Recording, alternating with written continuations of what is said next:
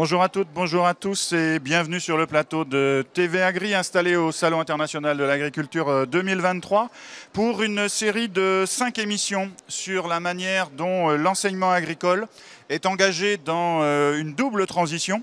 Première transition du côté des pratiques agricoles, du côté de l'agroécologie. Et deuxième transition, ce qui se passe dans la classe, c'est-à-dire comment on enseigne et comment on apprend justement ces transitions. La séquence pour laquelle nous nous retrouvons s'appelle « Réduire les phytos », mais pas que, et en collectif avec le projet Éco-Phyto-Terre. Autour de la table sont réunis Fleur. Bonjour Fleur. Bonjour. Fleur Meignier, tu es chargée de mission justement en charge du projet Éco-Phyto-Terre, un gros projet dont on parlera à la Bergerie nationale. Bonjour Maxime. Bonjour. Maxime Gontier, tu es étudiant en BTS première année, agronomie et production végétale. Oui, c'est bien ça. À Saint-Paul, à La Réunion. À La Réunion, oui. Au lycée Formatera. Exactement. Guillaume, bonjour Guillaume. Bonjour. Guillaume Fichepoil, tu es directeur de l'exploitation agricole de Bourg-les-Valences. C'est bien ça? Exact. Et enfin Anna.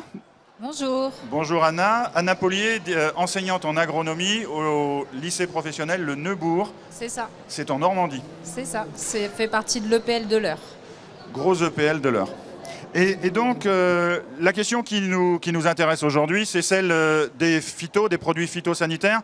Comment on peut les réduire et comment on va enseigner ça dans une situation qui n'est pas une situation super facile. Fleur, peut-être la première question elle va être pour toi.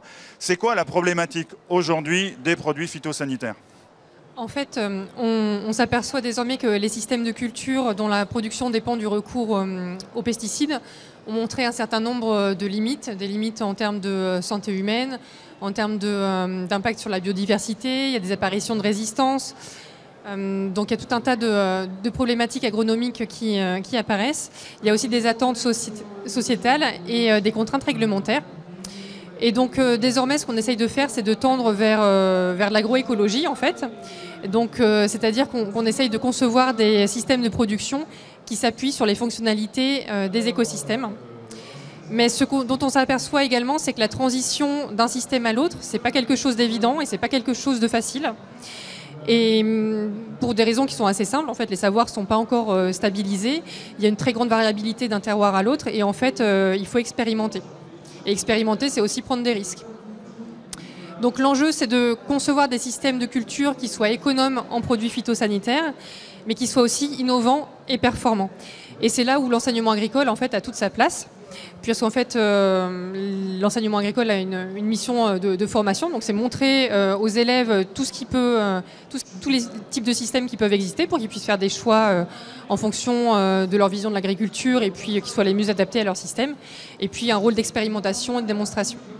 Donc l'enseignement agricole a à la fois des exploitations, mais aussi des apprenants et des partenariats divers avec les territoires. Donc on peut expérimenter pas mal. Et ce n'est pas nouveau dans l'enseignement agricole. Il y a une histoire assez ancienne. En gros, en même temps que les premiers projets éco-phyto sont apparus, dans l'enseignement agricole, il y a eu aussi des projets qui se sont mis en place. Est-ce que tu peux nous en dire un petit mot pour qu'on arrive jusqu'au projet Éco-Phyto-Terre ? Oui, tout à fait. Donc, Éco-Phyto-Terre se situe dans la lignée en fait de deux autres projets qui ont lieu auparavant. Donc, deux autres projets Éco-Phyto. Donc, il y a eu l'Action 16 qui a débuté en 2009 jusqu'en 2016. Et puis, on a eu ensuite Éduc Éco-Phyto, donc de 2017 à 2019, avec plus de la notion de la pédagogie qui était plus mise en valeur, avec 10 établissements. Et puis, désormais, on a Éco-Phyto-Terre, donc qui s'inscrit dans le plan Éco-Phyto 2+, et dans EPA2, enseigner à produire autrement pour les transitions et l'agroécologie. Et on a 3 objectifs sur Éco-Phyto-Terre. Donc, d'une part, c'est démontrer la faisabilité locale de reconception des systèmes de production. Deuxièmement, ça va être un objectif pédagogique. Et puis enfin, un rôle d'affirmation du rôle de l'enseignement agricole en tant qu'acteur des dynamiques territoriales. Comme tu le disais, le changement de raisonnement, puisqu'il s'agit en fait de changer les raisonnements qui président aux actes techniques, on voit bien que ce n'est pas facile. Donc il y a une trentaine d'établissements qui sont engagés. Comment ça travaille ces 30 établissements? Tout le monde en même temps ou il y a des groupes? Est-ce que tu peux nous en dire un mot? Alors effectivement, on a 31 établissements qui travaillent ensemble sur le projet. Quand je dis ensemble, en fait, ils travaillent en collectif. Donc ça va de 5 à 8 établissements par collectif qui sont soit régionaux, soit thématiques pour le collectif viticulture. Et donc en fait, sur ce projet Ecophytoterre, donc on expérimente d'un point de vue technique, notamment en partenariat avec la recherche, avec des instituts techniques, avec des partenaires du territoire. On expérimente aussi d'un point de vue pédagogique avec des enseignants qui vont mettre en place en fait, des séquences pédagogiques innovantes. On travaille en réseau, c'est-à-dire qu'on échange entre établissements, à l'occasion notamment de rencontres qu'on organise entre les établissements du collectif. Et ça permet en fait aux équipes de se poser et d'échanger sur des problématiques qui sont communes et qui peuvent être assez diverses. Ça permet aussi de mettre en commun des outils qui peuvent être conçus par les établissements, des techniques, des ressources. Et puis surtout, ça permet de créer du lien en fait, entre les équipes et entre les apprenants. Donc il y a des établissements qui ont choisi de travailler en binôme. Il y en a qui choisissent de travailler plus globalement par collectif. Donc là, on va avoir par exemple deux événements inter-EPL qui vont regrouper des classes de 5 EPL. Et puis enfin, le but, c'est de capitaliser et de diffuser à la communauté éducative et aux partenaires tout ce qui aura été réalisé pendant ce projet. Donc ton rôle, toi, c'est d'animer tout ça. Et il y a aussi des temps de formation. Je pense que c'est important de le signifier parce qu'on accompagne les équipes. On voit bien que les projets sur la réduction des phytos, ça a du mal parce que ça manque souvent d'accompagnement, y compris du côté des agriculteurs. Et nous, ce qu'on essaie de faire là, dans ce projet-là, c'est former, accompagner aussi. Exactement, oui. Donc on essaye d'identifier les formations avec les équipes, en fait, les formations qui seraient nécessaires. Et puis on essaye de faire des propositions avec des expertises extérieures si besoin. Oui. Et en interne, en pédagogie. Donc dans ces 31 établissements, l'idée c'est d'avoir à minima un binôme, un directeur d'exploitation agricole et puis un ou plusieurs enseignants qui travaillent avec les jeunes. Et donc Guillaume, justement, tu es toi directeur d'exploitation agricole. Avec un rôle aussi particulier, parce que vous êtes un peu grand frère dans votre groupe, votre établissement. Pourquoi un DEA, il décide de s'engager là-dedans et en plus de revenir une deuxième fois, parce que tu étais déjà dans le projet précédent qui s'appelait Éduc Ecophyto. En fait, je pense que être dans Ecophytoterre, c'est se donner les moyens de travailler avec d'autres acteurs et de valoriser au mieux en fait l'exploitation du lycée agricole. Il ne faut pas oublier que l'exploitation, elle est là pour produire, pour animer le territoire, pour expérimenter et aussi et surtout pour former le jeune, former les adultes en formation sur l'établissement.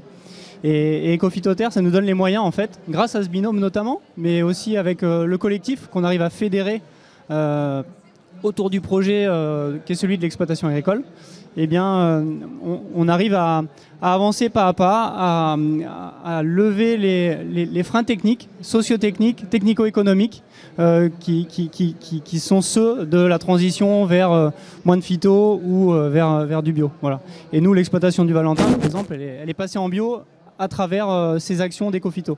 Justement, le projet un peu phare que vous conduisez sur l'exploitation, c'est ça, c'est le passage en bio ? Alors, le passage en bio, il a été fait depuis un moment déjà. On est en bio totalement depuis 2013. Donc, on était dans l'action 16 d'Ecophyto, donc au tout début en fait de l'histoire. Mais ça a vraiment apporté un plus en termes de dimension collective du projet. Et on a remis le jeune, en fait, grâce à ce projet, au cœur des changements et des transitions de l'exploitation agricole. Et on essaye de relever avec eux le challenge des transitions agroécologiques. Et donc c'est l'occasion, ce projet-là, de faire un lien fort entre l'exploitation et son directeur d'exploitation et les équipes pédagogiques. Oui, mais pas que. Mais pas que. Il ne faut pas oublier les autres. Et les autres, c'est toutes les OPA, tous les centres de recherche, tous les instituts techniques qui nous entourent et qui contribuent aussi avec nous à ce changement de pratique. On produit aussi pour eux des références qui sont utiles pour d'autres agriculteurs. Ça nous permet de développer aussi ce rôle d'expert et d'animation du territoire. Il y a un retour en fait, et il y a un échange avec ces organismes. Et c'est très très structurant en termes de fonctionnement, de réseau. Et ça, c'est à l'échelle du territoire et ça se passe. Voilà, et c'est très vertueux en termes pour toutes les dimensions de l'exploitation. Il y a aussi un réseau dont Fleur a parlé, qui est celui des établissements scolaires. Et à ce titre-là, grâce à ce réseau Ecophytoterre, on peut échanger des pratiques pédagogiques, on peut essayer de partager des expériences et pour le coup, travailler ensemble sur des changements aussi de pratiques pédagogiques, et ça fait peut-être le lien après avec Anna, ça rassure et ça permet de franchir aussi des caps et d'innover. Voilà. Et dans les petits collectifs dont parlait Fleur, il y a un établissement qui a un peu plus d'expérience. C'est le cas de Bourg-les-Valences, du lycée du Valentin à Bourg-les-Valences. Et donc vous avez un rôle un petit peu particulier dans votre petit collectif. Est-ce que tu peux nous dire quel est un peu ce rôle ? Notre rôle, c'est un peu celui du rôle d'un grand frère, j'ai envie de dire. C'est aussi d'accompagner les autres établissements autour des méthodologies de travail au sein des établissements avec des partenaires. Et on travaille avec la Bergerie nationale notamment, et Fleur en particulier, qui travaille avec nous pour aider ces autres établissements à aller aussi vers des transitions et à mettre les jeunes au centre de ces projets-là. Comme tu le rappelles, en fait, l'objectif, l'axe 1 du plan Enseigner à produire autrement, qui est le plan qui nous guide un peu tous dans l'enseignement agricole, c'est la parole et l'initiative des jeunes. Donc on voit bien que les apprentissages et les jeunes, il y a l'idée de les mettre quand même un petit peu en avant. Anna, tu es enseignante en agronomie. Oui. Pourquoi participer, pourquoi s'engager dans un tel projet ?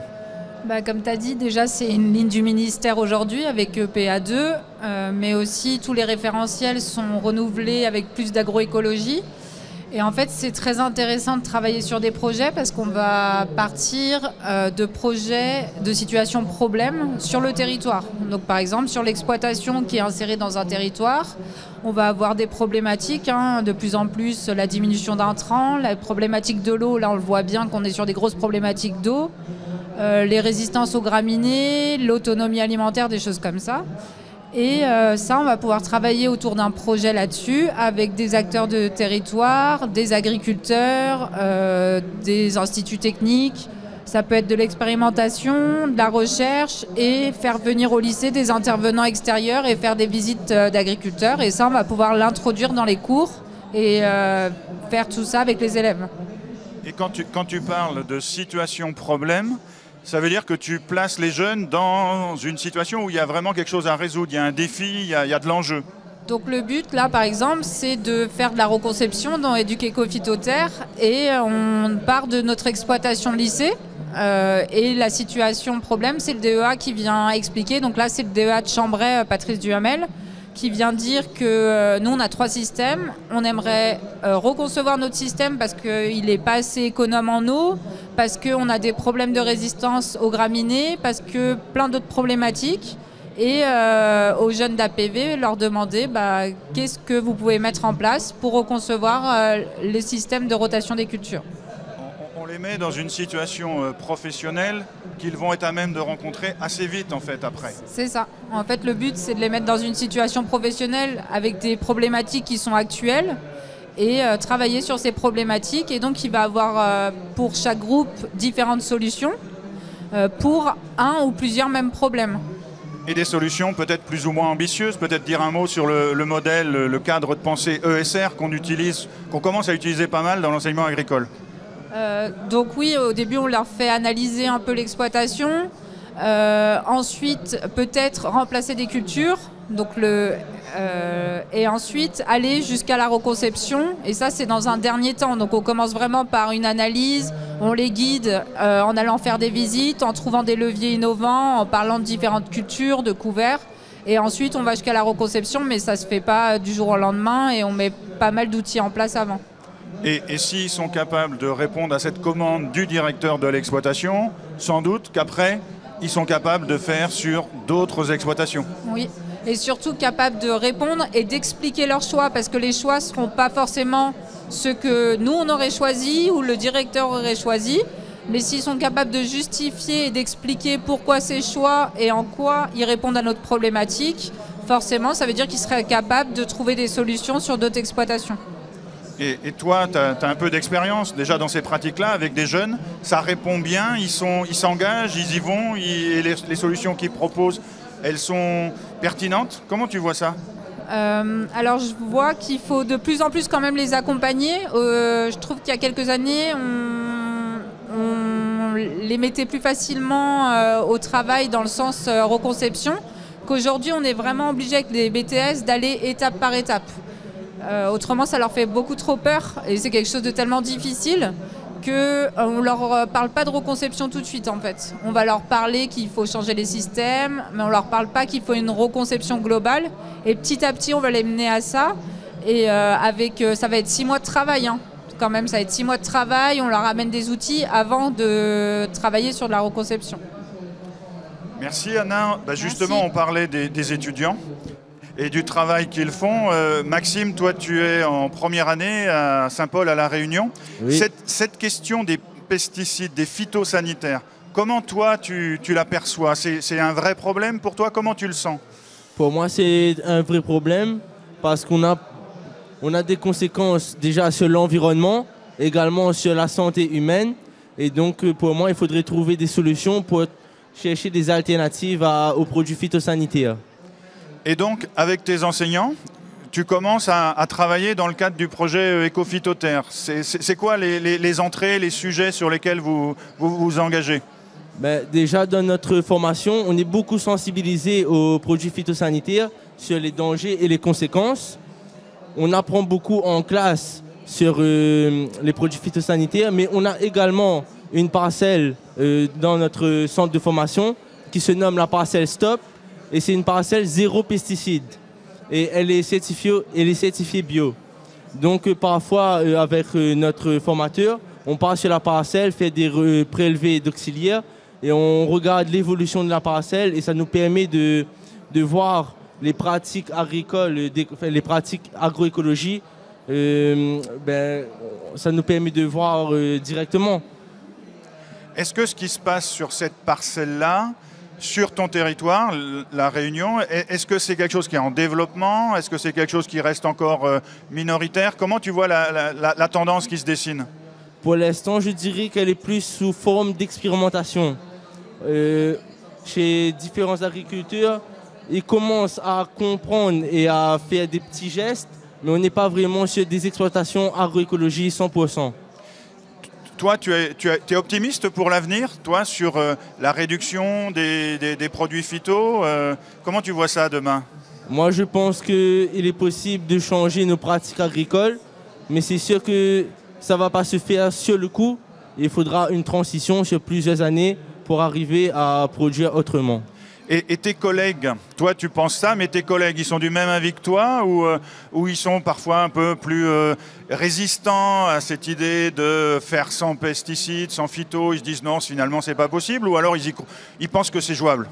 Dans notre centre de formation, tout le monde est positif sur le fait de pouvoir produire autrement. Après, je ne vous cache pas qu'en dehors du lycée agricole, il n'y a pas beaucoup de jeunes qui sont sensibilisés aux produits phytosanitaires. Et je trouve ça dommage. Parce que c'est que dans les lycées agricoles qu'on est sensibilisé aux produits phytosanitaires. Mais je pense qu'avec tous les jeunes, on devrait avoir une sensibilisation à ce niveau. Donc l'année prochaine, tu es en deuxième année de BTS. Tu vas encore continuer à travailler sur ce projet Ecophytoterre. Oui. Qu'est-ce qui est au programme? Qu'est-ce que vous allez faire? Est-ce que tu sais ce que vous allez faire? Est-ce que tes enseignants t'ont déjà mobilisé sur l'année prochaine? L'année prochaine, normalement, on doit faire des prélevés sols pour voir l'azote qu'on a avec... parce qu'on n'utilise pas du tout d'engrais minéral sur la parcelle vu qu'on est en bio. On n'utilise que des amendements et de la matière organique. Donc on va faire des prélevés de sol pour voir le contenant du sol, pour comparer avec d'autres exploitations. Pour terminer ce plateau, j'ai envie de vous poser la même question un petit peu à tous. Qu'est-ce que vous avez l'impression d'apprendre qui est important pour vous, pour le futur du projet Ecophytoterre, mais plus largement pour toi, Maxime, pour ton avenir?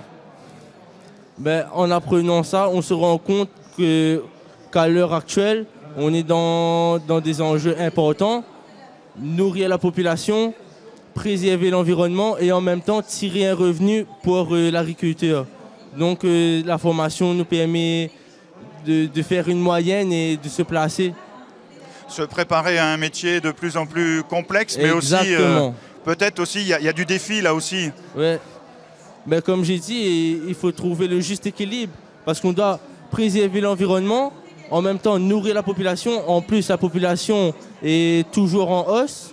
D'ici 2050, on sommes presque à 12 milliards de personnes. Et donc, après, il ne faut pas oublier que c'est bien de produire autrement, mais il ne faut pas oublier qu'on doit retirer notre revenu. Merci Maxime. Anna, la suite du projet et comment toi, cette idée de, travailler sur les pesticides, la réduction des phytos, est-ce que tu as l'impression que oui, on y va et ça avance? Et puis, plus largement, sur les phytos, comment tu vois ça? Au niveau du projet, donc ce projet il va se finir cette année. Certainement enchaîner sur d'autres projets au niveau de la diminution des intrants avec tout ce qu'on voit aujourd'hui et des phytos surtout. Au lycée, donc on va avoir les journées de l'agroécologie au lycée de Chambray le 16 mai. Donc les élèves d'APV vont présenter la reconception lors de cette journée. Et pour la suite, nous, au niveau prof d'agronomie, ce qui est très intéressant, c'est aussi le fait que c'est un sujet très multidisciplinarité, en fait, je trouve, parce qu'on est prof d'agronomie, mais on apprend beaucoup en économie, on apprend beaucoup sur les acteurs du territoire, on travaille beaucoup avec l'exploitation, et donc c'est très intéressant à nous pour l'apprentissage. Et je pense qu'avec les problématiques actuelles, on va vers, je l'espère, une diminution d'intrants dans les grandes plaines du Neubourg. Guillaume, la suite du projet pour l'exploitation et l'évolution de l'exploitation dans son territoire avec ses partenaires sur ces questions des phytos? La suite, c'est toujours avec eux, avec ces jeunes-là, hyper pertinent, je trouve, toujours. C'est de pouvoir démontrer en fait que c'est possible de faire des cerises en bio, que c'est possible d'avoir un système plus vertueux, qui a aussi des difficultés, et on ne va pas se les cacher, et on ne va pas les cacher. Mais je crois vraiment dans la force du collectif, et je crois vraiment dans la force des territoires.